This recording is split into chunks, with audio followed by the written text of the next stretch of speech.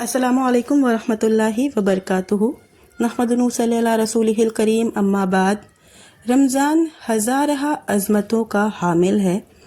حضرت سلیمان فارسی رضی اللہ عنہ فرماتے ہیں کہ شعبان کی آخری تاریخ کو نبی کریم صلی اللہ علیہ وسلم نے فرمایا، اے لوگوں، تم پر بڑی عظمت والا بڑا بابرکت مہینہ آ رہا ہے۔ اس میں ایک ایسی رات ہے جو 1000 مہینے سے بہتر ہے۔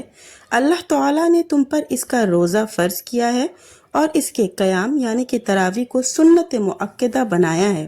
جو شخص اس میں کسی بھلائی نفل کے کام کے ذریعے اللہ کا تقرب حاصل کرے، وہ ایسا ہے کہ اس نے غیر رمضان میں فرض ادا کیا، اور جس نے اس میں فرض ادا کیا وہ ایسا ہے کہ کسی نے غیر رمضان میں 70 فرض ادا کیے۔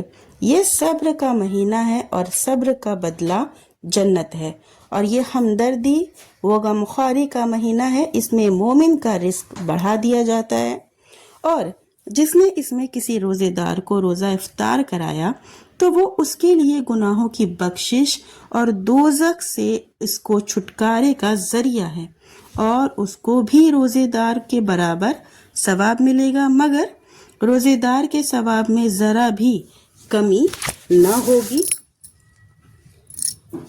مگر ہم نے عرض کیا ہے،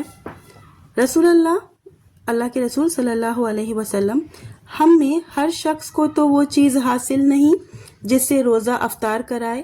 آپ صلی اللہ علیہ وسلم نے ارشاد فرمایا، اللہ تعالیٰ یہ ثواب اس شخص کو بھی عطا فرمائیں گے جس نے ایک گھونٹ دودھ سے یا ایک کھجور سے یا پانی کے گھونٹ سے روزہ افطار کرایا، اور جس نے روزے دار کو پیٹ بھر کھلایا اس کو اللہ تعالیٰ میرے حوض کوثر سے پلائیں گے، جس کے بعد وہ کبھی پیاسا نہ ہوگا یہاں تک کہ جنت میں داخل ہو جائے۔